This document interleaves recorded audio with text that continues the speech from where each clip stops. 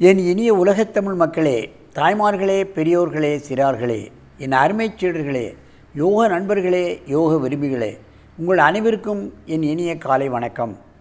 கலைஞர் தொலைக்காட்சி நிகழ்ச்சியில் நலமுடன் வாழ என்னும் பிரிவில் அதிகாலை வேளையில் யோகாசனத்திற்கு அதிக முக்கியத்துவம் தரப்பட்டிருப்பதை நீங்கள் அறிவீர்கள். காலங்காலமாக நடைபெற்று கொண்டிருக்கின்றது. ஓராண்டல்ல, இரண்டல்ல, 10 ஆண்டுகளுக்கு மேல் இந்த நிகழ்ச்சி கலைஞர் தொலைக்காட்சி நடைபெற்று கொண்டிருக்கின்றது. ஏனென்று கேட்டால் அதன் நிர்வாகிகள் அத்தனை பேர்களும், கலைஞர் முதல் அத்தனை பேர்களும் யோகாசனம் பழகுகிறார்கள். அதனுடைய நன்மைகளை தெரிந்து கொண்டிருக்கின்றார்கள். ஆகவே தான் தொடர்ந்து பல ஆண்டுகளாக நன்மை செய்யக்கூடிய இந்த யோகாசனத்தை மக்கள் பழகியாக வேண்டும் என்ற ஒரு மனோதிடத்துடன் இந்த நிகழ்ச்சியை அங்கே தொடர்ச்சியாக நடைபெற்று கொண்டிருக்கின்றது.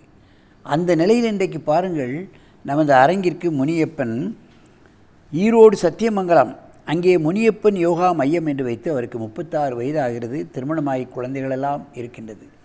அங்கே பெரிய அளவிலே யோகா மையம் வைத்து அந்த சுற்று வட்டார பகுதியில் மக்கள் அத்தனை பேர்களுக்கும் இந்த கலையை அவர் கற்பித்து வருகிறார். ஏன், இந்த கடந்த 21 ஜூன் யோக தினாவில் 2வது யோக தினத்தில் அன்றைக்கு கலெக்டருடைய உத்தரவுப்படி 5 மையங்களில் இவர் பல்லாயிரக்கணக்கான ஆட்களுக்கு இந்த யோக விழிப்புணர்வு பயிற்சியை அங்கே செய்து காண்பித்தது நமது தொலைக்காட்சியில் வந்தது.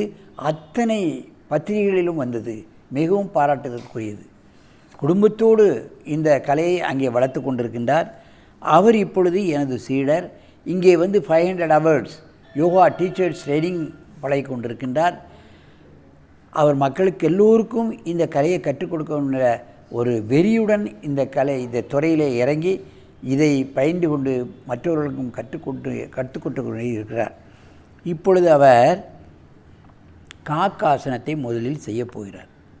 என் அருமை சீடர் முனியப்பன் அவர்களே, பத்மாசனத்தை கலைத்துவிட்டு நீங்கள் நேராக அப்படியே இந்த காக்காசனத்தை செய்யுங்கள். மெதுவாக, அமைதியாக, அவசரப்படாமல் இதை செய்ய வேண்டும். ஏனென்றால் 2 கையினுடைய பலத்தில் உடல் கனம் அத்தனையும் அமைகின்ற காரணத்தினால் இதை கொண்டு மெதுவாக செய்ய வேண்டும். உடல் கனம் முழுவதும் 2 கைகளில் இருக்கிறது. காக்கை போன்று இருப்பதனால் இது காக்காசனம் என்று நமது முனிவர்கள் பெயர் கொடுத்திருக்கிறார்கள். மெதுவாக இறக்குங்கள். நீண்ட மூச்சு வாங்கிக் கொள்ளுங்கள்.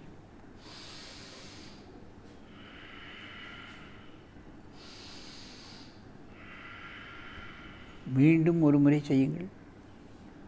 யோகாசன ஆசிரியர் என்று சொன்னால் அவர் சாதாரண ஆசனங்களையும் செய்வதோடு சில பல கடினமான ஆசனங்களையும் செய்தால்தான் நமது மக்கள் அவர்கள் யோகாசனம் ஆசிரியராக அங்கீகரிக்கிறார்கள். அற்புதமான ஆசனம்.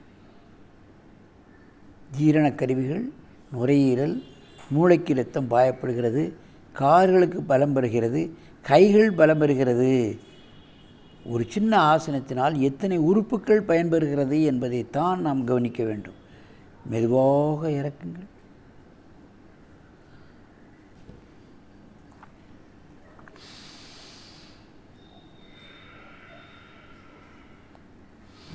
அப்படியே திரும்பி வலது பக்கமாக திரும்பி இந்த ஆசனத்தை பக்கவாட்டில் செய்யுங்கள்.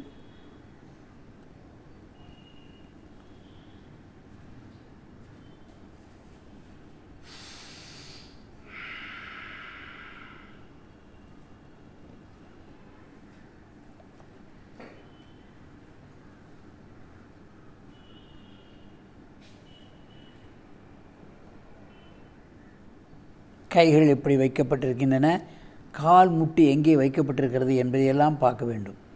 கொஞ்சம் முன்னும் பின்னும் பேலன்ஸ் தவறினாலும் கீழே விழுவதற்கு ஏதுவாகும். ஆகவே ஆரம்ப கட்டத்தில் தலையணையை தலைக்கு நேராக வைத்து கொண்டு பழகுவது நல்லது. மெதுவாக இறக்குங்கள். நீண்ட மூச்சு வாங்கிக் கொள்ளுங்கள். இப்பொழுது நேராக திரும்பி இந்த ஒத்தைக்கால் தண்டாசனத்தை செய்துங்கள். இது ஒரு கடினமான ஆசனம். ஆசிரியர்கள் என்று சொன்னால் சற்று கடினமான ஆசனங்களையும் செய்ய வேண்டும். பாருங்கள், உட்கார்ந்து கொண்டே ஏகபாத தண்டாசனத்தை செய்கிறார்கள். பாருங்கள், காலை பிடித்து கொண்டு மேலே தூக்கி நிற்பது என்பது கடினமான பயிற்சியினால் தான் வரும், இல்லைன்னா வராது. பந்துக்கிண்ண முட்டு, கரண்டை, கால் முட்டுக்கள் பலன் பெறும்.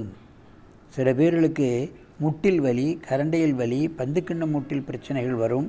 அவைகளெல்லாம் இந்த சின்ன ஆசனங்களின் மூலமாக பலன் பெறுவதற்கு வசதியாக உள்ளது. ஆரம்ப கட்டத்தில் வலது காலை தூக்கினால் இடது கையை தரையில் வைத்து கொள்ளலாம். மாற்றி செய்யும் பொழுது இடது காலை வைத்து வலது காலை தூக்கும் பொழுது கையை கீழே ஆரம்ப கட்டத்தில் வைத்து கொள்ளலாம். எவ்வளவு நேரம் வேண்டாலும் இந்த ஆசனத்தில் இருப்பேன் என்ற ஒரு கங்கணம் கட்டிக்கொண்டு இந்த ஆசனத்தை செய்கிறார். பாருங்கள், மெதுவாக இறக்குங்கள், நீண்ட மூச்சு வாங்கிக் கொள்ளுங்கள். இப்பொழுது வலது காலை தூக்குங்கள், மெதுவாக.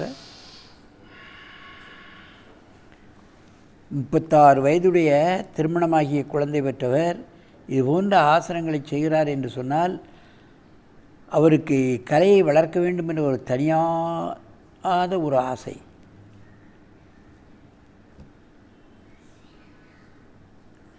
மெதுவாக இறக்குங்கள், அப்படியே பத்மாசனத்தில் உட்காருங்கள்.